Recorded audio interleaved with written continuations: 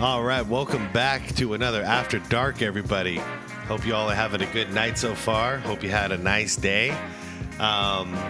Today, we are checking out some Tim Duncan stuff. A dude who's on my top 10 that I haven't properly introduced on this channel, so that's a crime.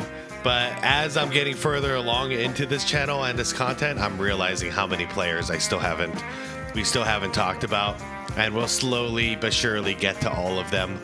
And everyone that I miss, y'all are gonna let me know in the comments that I missed them, just like you let me know that I missed out on Tim Duncan. So let's do this. This video is called Making the Case for Tim Duncan. This is from Clayton Crowley, and if I remember correctly, this is going to be a making the case for like Tim Duncan as the GOAT. Now, I'm pretty sure most of us don't think Tim Duncan is the GOAT. That's not the point of this. This is basically going to make the case for and showing all of his achievements and every reason why we should have him, at least in our top 20. In my opinion, I believe we should all have him in our top 20. He's in my top 10, easy. But yeah, if you want to check out Clayton, I highly suggest you check out the channel. Really good content over there. And if you're not convinced yet, then maybe you will be convinced to check his channel out after this video. As always, I'm going to link his original video down below if you want to watch it without my commentary. Everybody else, please leave this video a like. It helps out a lot. And Tim Duncan is not one of those popular dudes, so let's push this out there a little bit. Let's get some more eyes on Tim Duncan.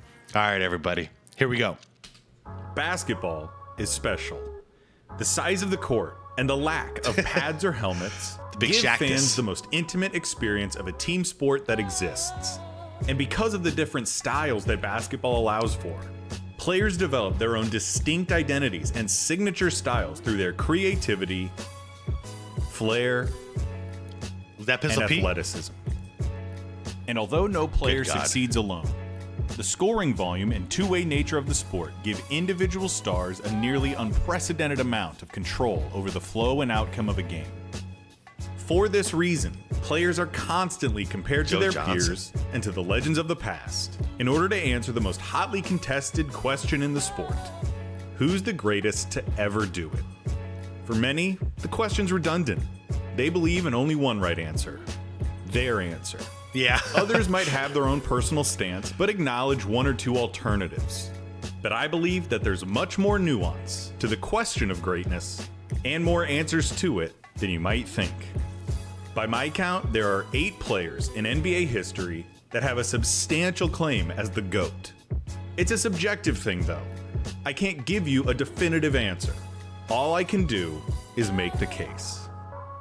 So today, I'll be making the case for Tim Duncan as the greatest basketball player of all time. All right, big fundamental time.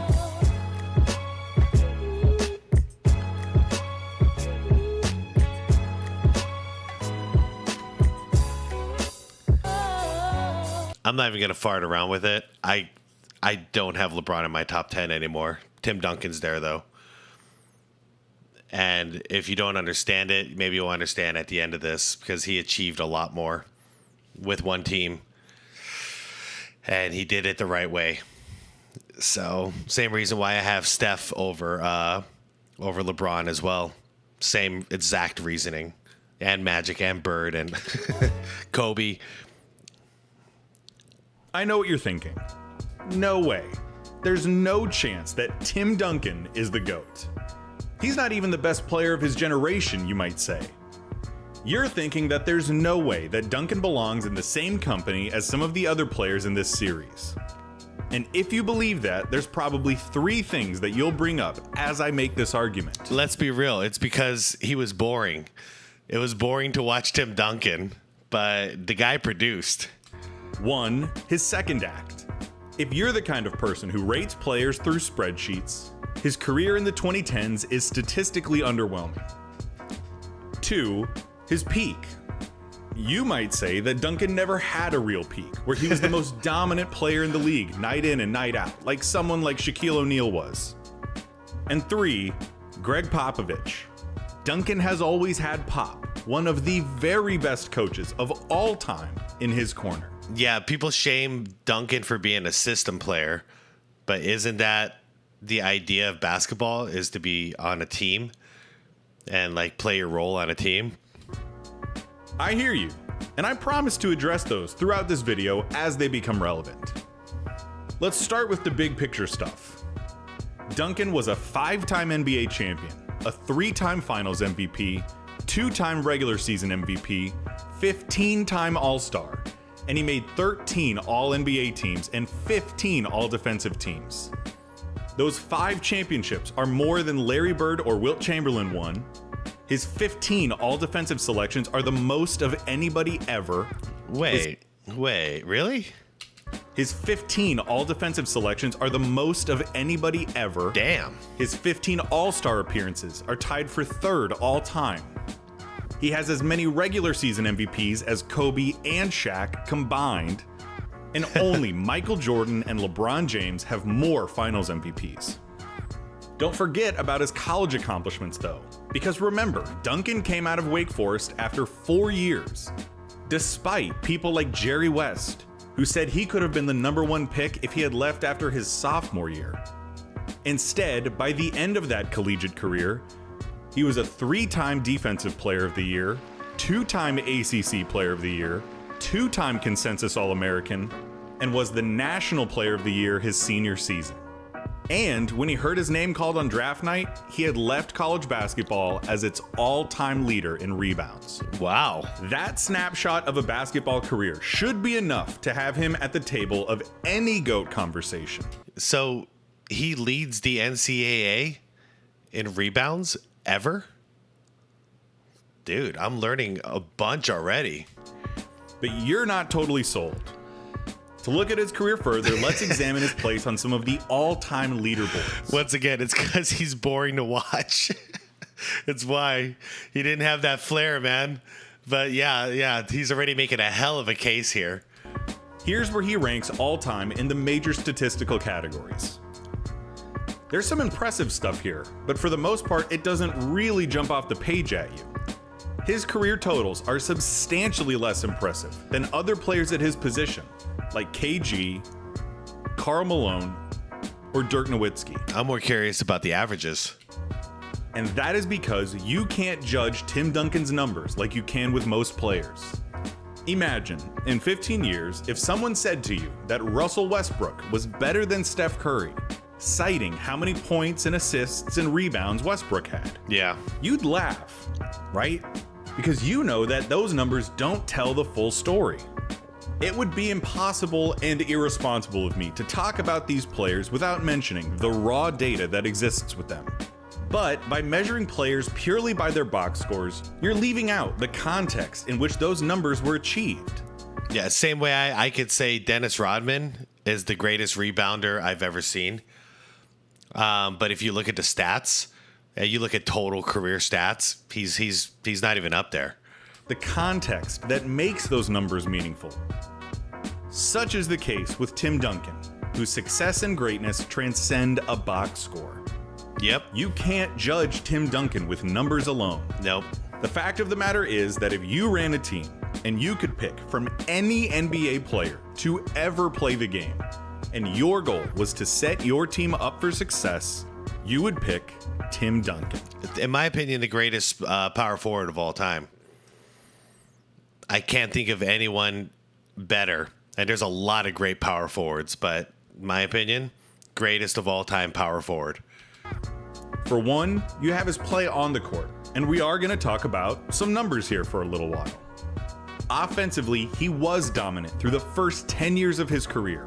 From 98 to 08, he averaged 21.5 points, almost 12 rebounds, and 3 assists a game, while playing on one of the slowest teams in the league. Yeah.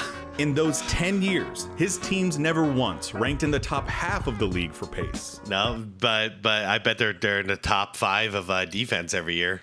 Adjust his stats for pace and look at his numbers per 100 possessions, and you're looking at a big man who was every bit as productive as any other offensive player in the league.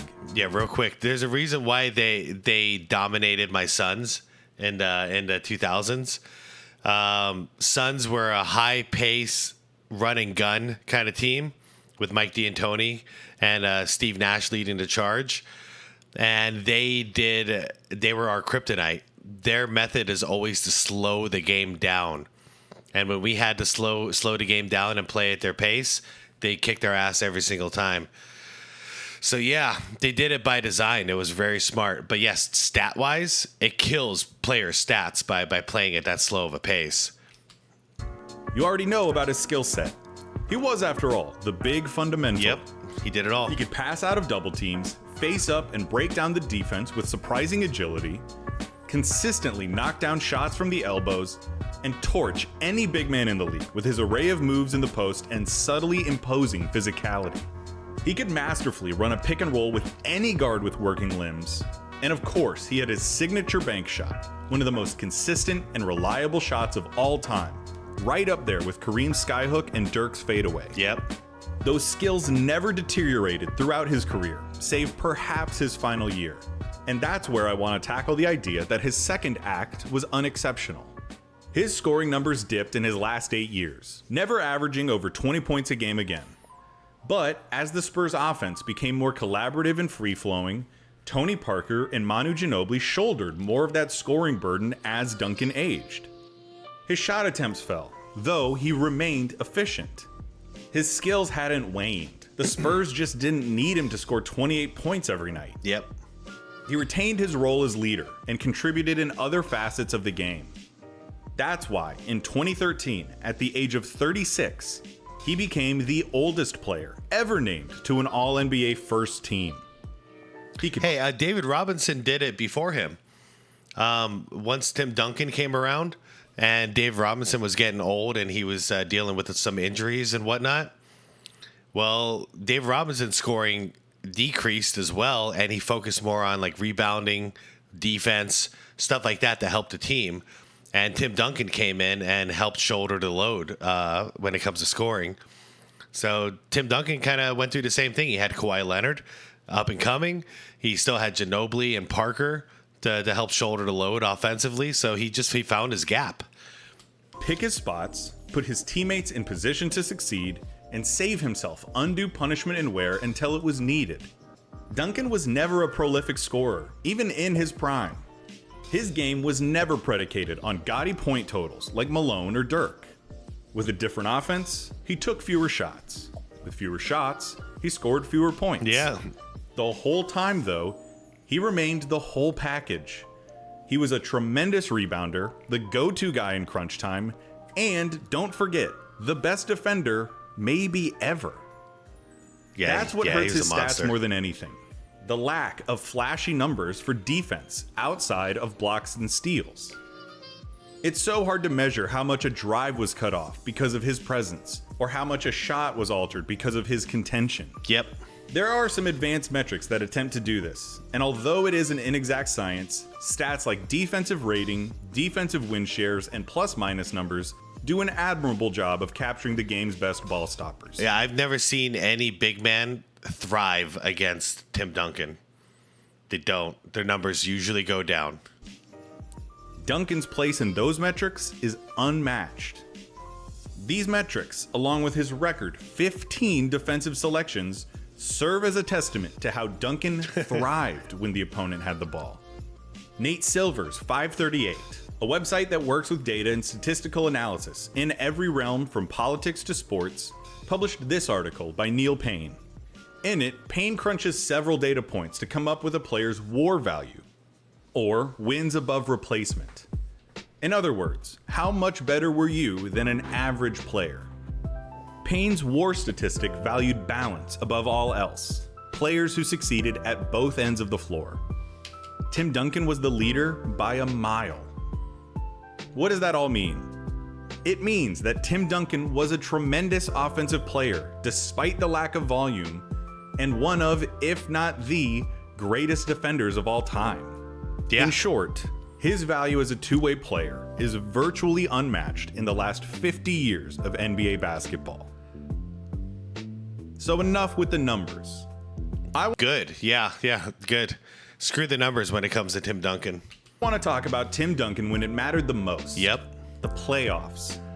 And I want to use this time to dispute the idea that he doesn't belong in the GOAT conversation because he never had a transcendent peak.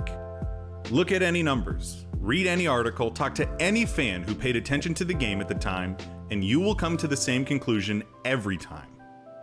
Tim Duncan was a killer in the postseason. Yeah, it was. Nearly all of his most memorable performances came in the playoffs, and more often than not, with Shaq right on him, came in crucial games when his team needed him most. From his near quadruple double in the 2003 finals to close out the Nets and good God, 8 blocks, 20 rebounds, earn his second championship, to his 25-point first half against the Heat in Game 6 of the 2013 finals 10 years later, there was never a moment that was too big for Duncan. Here are some of his playoff rankings, significantly higher than his regular season stats. Yeah, no kidding.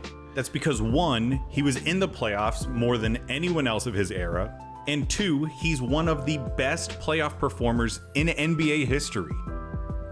His 99 championship run was phenomenal as he tore through a young Kevin Garnett, the newly assembled Kobe Shaq Lakers, Rasheed Wallace's Trailblazers, and the Patrick Ewingless 8-seed Knicks on his way to being named the second youngest Finals MVP ever.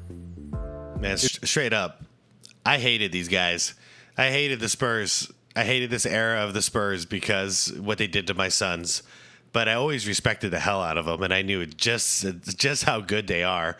But, rivalries, I wanted to see them fail, but they rarely failed. His 0-2 campaign is incredibly underrated, as he carried one of the worst teams of his career to 60 wins and outplayed Shaq before being beaten by the 2-time defending champs. 0-3 was his best season, and we'll talk about it in a second.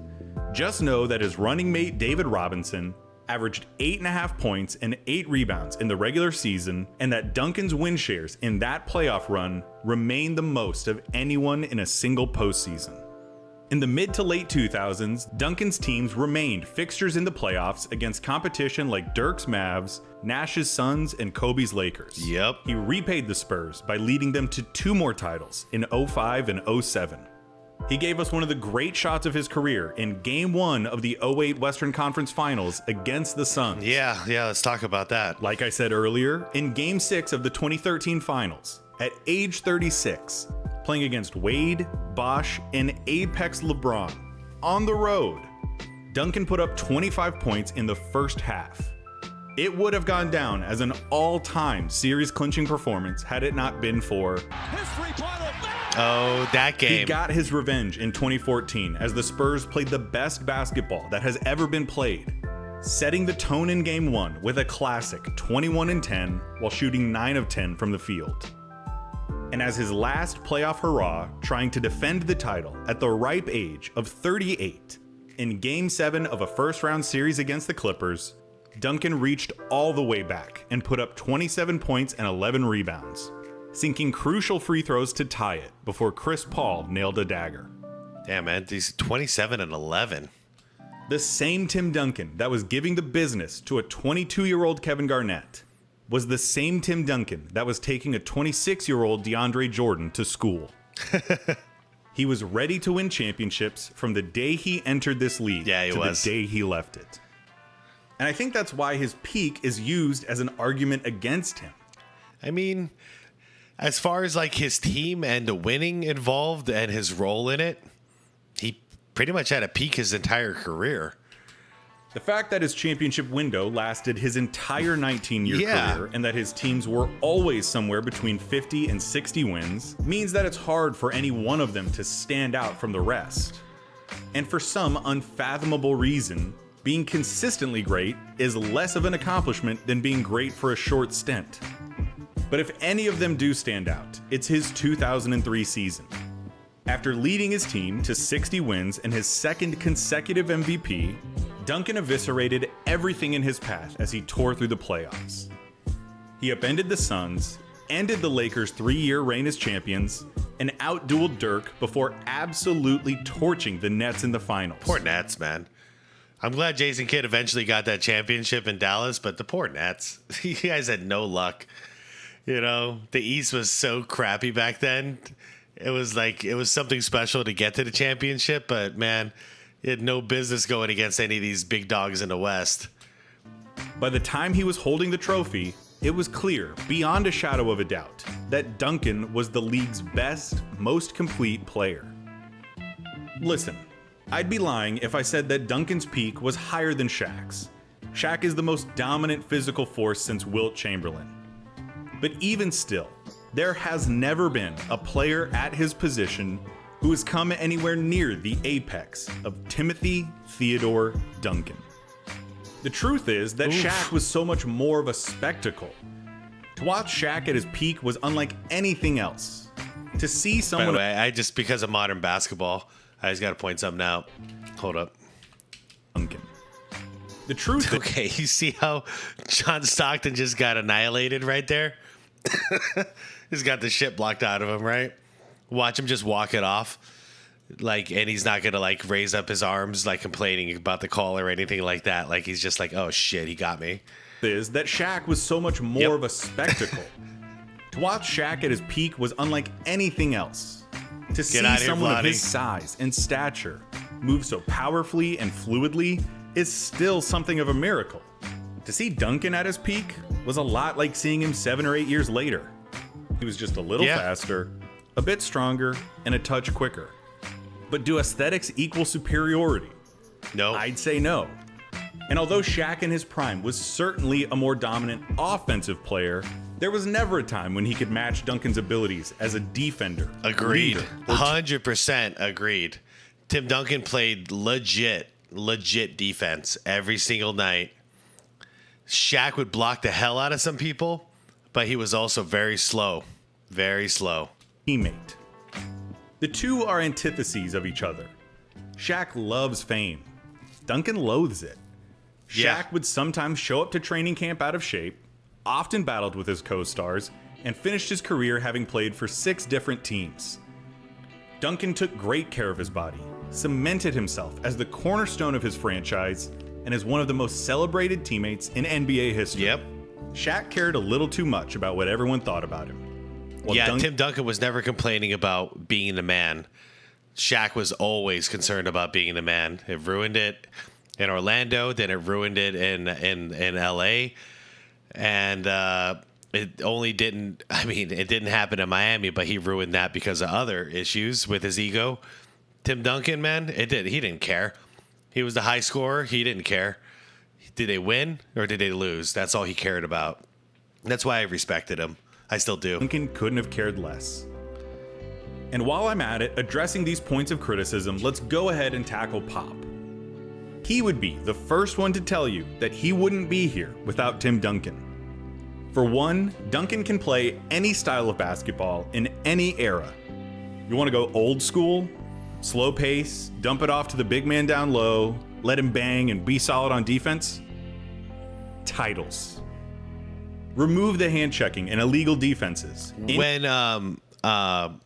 Tim Duncan he had his jersey retired in San Antonio, the key takeaway I remember was Popovich telling him, "Thank you, Tim Duncan, for letting me coach you." Increase scoring and start moving toward the perimeter. And by that, like if you don't get the context, meaning Tim Duncan was a star of the team, and Tim Duncan actually let Popovich coach him, and because he let Popovich coach him, which was like harsh sometimes it was not harsh, but because the leader allowed that from the coach, now the coach was allowed to coach everybody else on the team.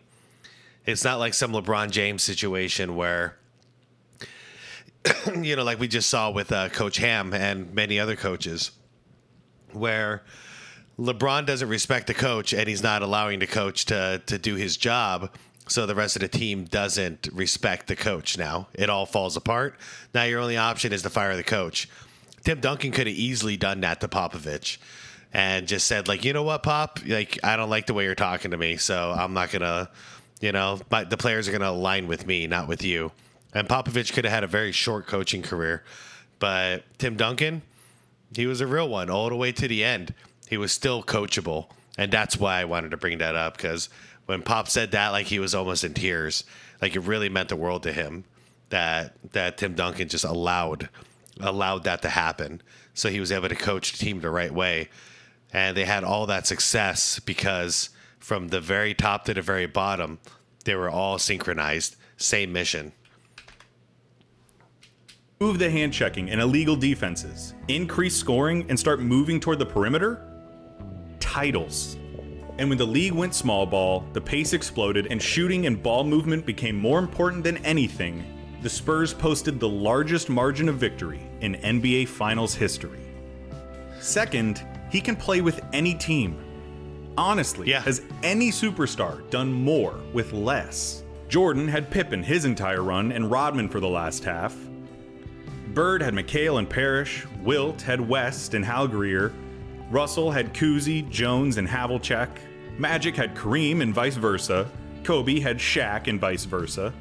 And LeBron's had Wade, Kyrie, and Anthony Davis. Duncan's best teammates. Kevin Love never gets any love, does he? Neither does Bosch. Tony Parker and Manu Ginobili combined for 3 third-team and 3 second-team All-NBA appearances. They're great players, and they're both in the Hall of Fame, and not to take anything away from them. But Duncan's most important running mates are the only ones that I've mentioned who weren't on the NBA's 75th anniversary team. Yeah. Third, and most importantly, Duncan forged the culture of the Spurs. Pop was essential in acquiring players and reinforcing the culture that Tim Duncan wanted, but Duncan was truly the most vital component. The NBA is a star-driven league, and finding a great player who hasn't gotten a coach fired is like finding a good Star Wars movie. They're few and far between. Not only did Mr. Clayton, it got a lot worse, my friend. Those prequel days weren't all that bad. Now it's gotten pretty bad. Y'all want to have a Star Wars debate down low? I know one of you who would love that. Duncan not get Pop fired. He let Pop coach him harder than any superstar has ever been coached. If Tim had ever thought to himself, you know what? I don't feel like getting my chops roasted in front of everyone today because I didn't box out right in practice. He could have gone right to R.C. Buford and Pop would have been gone. End of story. Yep. But Tim understood what Pop was about and trusted him enough to be mentored in an unprecedented way. He set the example for his teammates that no one is immune to criticism and that it is expected of everyone to leave their egos at the door. In 2017, the Spurs SB Nation blog Pounding the Rock spoke to Sam Walker, author of The Captain Class, a book that examines winning culture in sports, from field hockey to rugby. In an exchange, Walker said this: "The book's main conclusion is that the only one factor that must be present in order to maintain greatness over a long period of time is the presence of a particular kind of selfless, relentless, independent-minded, publicity-averse, emotionally composed captain with strong communication skills." And that's Tim Duncan. Duncan was a pure example of the species. Nice. I love Pop, but it's a fact that Tim Duncan was the catalyst that empowered Pop to be what he is now. This isn't Belichick Brady where you can make an argument about who made who. Pop is one of the greatest coaches of all time because of Tim Duncan. If you want to take credit away from Duncan by saying that he played for the best teams, you might be right, but that's only because he made them the best team. Yeah. He gave up touches, let other guys hold the torch, put everyone around him in the best position to succeed, and he enjoyed it when they did. When I said earlier that the thing that hurt Duncan's stats more than anything was a lack of defensive numbers, I lied. The thing that hurt Duncan's stats more than anything was the fact that he never gave a shit about stats or awards. Yeah, for real. He wanted his teams to succeed, and he wanted to win. That's it. He was a generational badass with an all-time skill set. The most complete player who has ever played the position of power forward. But if anything has hurt Duncan's perception as one of the very, very best players who has ever played, as a player who is criminally underrated when it comes to conversations like this, and for consideration as the greatest player who has ever played basketball, it would be that he was a mellow dude, a technically savvy big man who did what he did without fanfare, celebrations, or ostentation. It just wasn't him. And you know what? It worked wonders for the team, for himself, and for his teammates. Yeah, he racked up 5 rings. I think most people sleep on that. 5 championships for this man. Just listen to the way they talk about him. I don't think there's a more beloved teammate than Tim Duncan. Sometimes all you need to say is thank you. The best example of a leader, brother, friend. That's awesome. Manu Ginobili. Even though I knew it was coming, I'm still moved by the news. What a huge honor. That's right. He didn't do a farewell tour. He just retired. And he said he knew the entire season he was going to retire, but he didn't tell anybody because he does not like attention or clout. He just wanted to play basketball, win, and then go home and be at peace. He was always the big brother, correcting them when they made mistakes and throwing his arms around their shoulders when things didn't go their way. Look at that. He led in the most effective way possible, by example. Of all the end-of-career farewell wishes, this is the one that stuck out to me the most. From his former teammate, Brent Bones Berry. He quoted Mark Twain by saying, "To be good is noble, but to show others how to be good is nobler. And no trouble. For your brilliance, TD, I am grateful. Wow. For your skills as a player, I am in awe. And for your friendship, I am honored." Wow, what a tribute. Former Spurs assistant and former Bucks coach Mike Budenholzer said to ESPN's Kevin Arnovitz, "The magnitude of that, the number of people in this league who have enjoyed opportunity or found fortunate spots, you can trace it back to this one guy, to the way Timmy played ball and the way he conducted himself. The culture is Timmy." That's fair. And they still have that culture to this day. There was one dark spot in there, and that was Kawhi Leonard, but he didn't last long in there.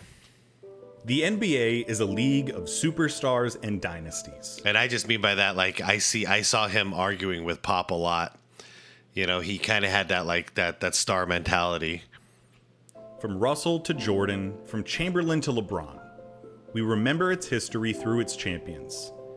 And in the history of North American sports, no one has been as good for as long as the Spurs. San Antonio's success is completely unprecedented in the world of basketball. Aside from his lockout-shortened sophomore season, Nice dribbles. Duncan won 50 or more games and qualified for the playoffs in every season of his 19-year career. He finished that career with a win percentage of 71%. That's 19 years of winning over 70% of the games in which you play. That's dominance. It is the best mark across a 19-year stretch that any basketball team has ever enjoyed. In fact, it is the best mark across a 19-year stretch that any team has enjoyed in professional North American sports history. The Spurs' run of success started in 1997. The year they drafted Tim Duncan. Since then, he has been the cornerstone, the engine of the franchise that has perpetually defined what winning culture looks like in and outside of basketball. And so I say again, if you ran a team and you could pick any NBA player from any era and your goal was to win, you would pick Tim Duncan. His abilities as a basketball player are what made him a superstar. But his consistency, willingness to be coached, love of his teammates, and his humility are the things that make Tim Duncan transcendent. I'll let Pop have the last word. Here he is after Tim Duncan announced his retirement. Everybody always talks about who they like to eat dinner with. If you had one night and you could go to dinner or go to lunch with so-and-so, who would you like to do it with? And people say, Mother Teresa and Jesus and the Dalai Lama. Elvis. And, okay, I get it. And I can honestly tell you,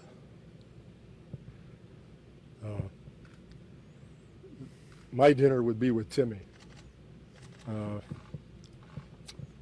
And it would be because he's the most real, consistent, true person I've ever met in my life.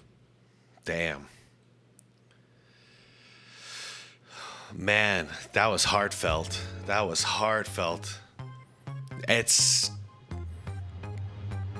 yeah. I tell you, everybody, screw people's images. You know, image is just a mask. But somebody like Tim Duncan, you know, after all those seasons with Popovich, all those fights, arguments, him having one person being a superior, and for him to say that about Tim Duncan just lets you know that's a real person. Like, Tim Duncan, love him or hate him, he's real. That's a real person, not pretending to be somebody he isn't. And that is a quality that is very not common anymore. And it's something that I value the most when it comes to my friendships and relationships, is I only want real people surrounding me. You know, no yes men, no people with hidden agendas who are faking, you know, acting like they're somebody else just to impress other people or to fit in. Like, I like people who are legit who they are, and then we'll see if we can be homies after that. You know? But anyways, everybody, Tim Duncan, if you didn't know, now you know. You know? It was, to me, it's interesting because I think him and Kobe both don't get enough respect as far as like their GOAT rankings, but Tim Duncan even less than Kobe. And in my mind, they both won 5 championships. They both did it in the same era, and they both shared that era. It's the closest thing to like Magic and Bird that I could explain, because they dominated the 80s. You know, Jordan dominated the 90s. Tim Duncan and Kobe dominated the 2000s. And then Steph and Clay, the Golden State Warriors. So Steph dominated the 2010s. And we'll see who's going to dominate the 2020s. But people like to forget that Tim Duncan was the other half of this. A lot of people like to forget that Larry Bird was the other half of it in the 80s. So it's unfortunate to see that Tim Duncan is not receiving the amount of respect that he deserves. I saw his whole career, and the guy was consistent and fantastic, and he pissed me off, man, because he wasn't on my team. He was not on my team. But my God, was he one of the greatest basketball players I've ever seen, and he's got a spot on that top 10 for me. And if I'm saying who's the greatest power forward of all time, he's number 1 on my list in that category, hands down. All right, everybody. Hope you enjoyed the video. If you did, please leave the video a like. If you like this kind of content, then please subscribe to the channel and hit that bell if you want to be notified tomorrow morning for my next video. I'd like to thank you all for watching this stuff with me. This was a really fun one for me. I learned a lot, and thanks for the suggestion to check out a Tim Duncan video, because it was long overdue. See, here I am complaining about people not giving him the credit he deserves, but it took me how many months now? I've been doing this channel. How many months? Like 6 months to do one thing on Tim Duncan. So that's my bad too. I'll take accountability for that. But we're fixing the problem now. So this won't be the last time we talk about Tim Duncan on this channel. Hell no. All right, everybody. Thank you for watching as always. Have a wonderful, peaceful night. Have some fun. Be safe. Tell your loved ones you love them, all right? Peace out, everybody.